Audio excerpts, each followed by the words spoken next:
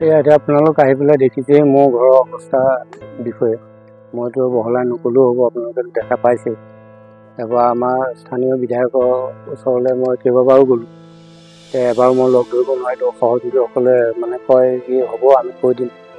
তাৰপৰা তেনেকৈ থাকিল, পঞ্চায়তলৈ অহা যোৱা কৰিলোঁ, কিন্তু ঘৰ এটা আজিলৈকে নাপালোঁ। তাৰপিছতে সিদিনা ৰাম ভূঞাদেৱৰ নেতৃত্বত ফুটবল খেল এখন হৈছিলে মোৰ দুৱাৰমুখতে।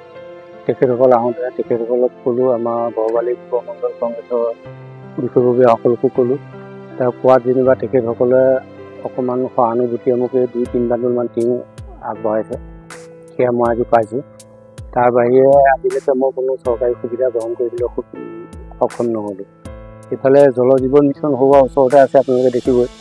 কিবা পানীকণৰ কাৰণে গ'লোঁ, তাৰপৰা মোক ক'লে কি মই সম্পূৰ্ণ পাইপখিনি কিনি দিব লাগে আৰু এদিনৰ মানে খৰচটো বহন কৰিব লাগে, সিহঁতৰ বনোৱা খৰচটো। সেইটো কোনে কৈছে? সেইটো সেই জল জীৱন বিভাগৰ যিজন বিষয়ববীয়া আছে এতিয়া ইয়াতে, সেইজনে ক'লে।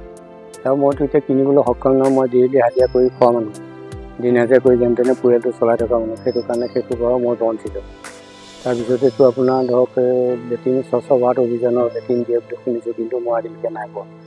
মই নিজেই অস্থায়ীভাৱে এখন বনাই পেলাই তেনেকৈ বৰ্তমান চলি আছোঁ। আৰু পানীও সেই তেনেকৈ নাট এটা খান্দি লৈ পেলাই তেনেকৈয়ে চলি আছে।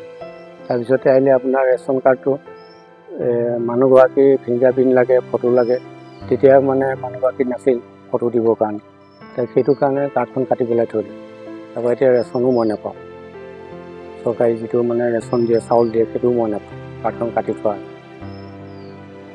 তাৰপৰা কাৰেণ্টৰ সুবিধাটো নাই বাৰু, কাৰেণ্টটোতো নাপাওঁৱেই। মোৰ ফালৰ পৰা ক'বলৈ গ'লে চৰকাৰখনে যিখিনি কথা কৈ থাকে সেইখিনি সম্পূৰ্ণ সিহঁতে ফলৱৰ্তী কৰিব পৰা নাই। যিহেতু জ্বলন্ত উদাহৰণ ময়ে এজন বিহপুৰীয়া বিধানসভা সমষ্টিত আমাৰ ঘৰখনে এখন জ্বলন্ত উদাহৰণ হৈ আছে।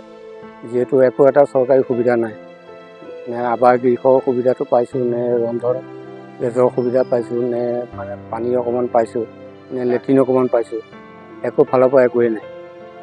গতিকে চৰকাৰখনক মোৰ ফালৰ পৰা মানে মই মানে গ্ৰহণযোগ্য নহয় বুলি ভাবোঁ এখন চৰকাৰ।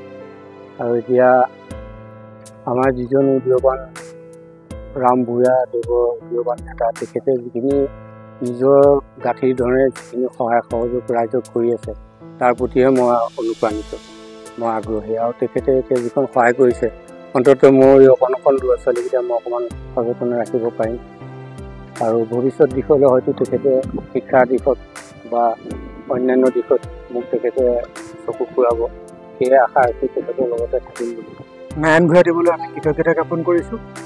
তেখেতে যে এটা পৰিয়াল থাকিবৰ কাৰণে অন্ন, বস্ত্ৰ, বাসস্থান, এই তিনিটা অতিকে জৰুৰী।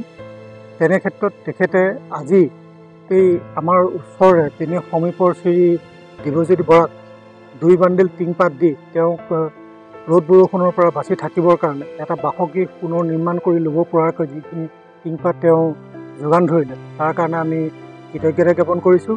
আৰু তেওঁ চৰকাৰৰ ওচৰত বহুতো আবেদন নিবেদন কৰিছোঁ বুলি আমাৰ আগত জনাইছিলে, যে তেওঁ পঞ্চায়ত গৈছে, ব্লক গৈছে, সন্মানীয় আমাৰ বিধায়ক মহোদয়ৰ ওচৰত গৈছে, তথাপিতো তেওঁ সুফল লাভ কৰা নাই।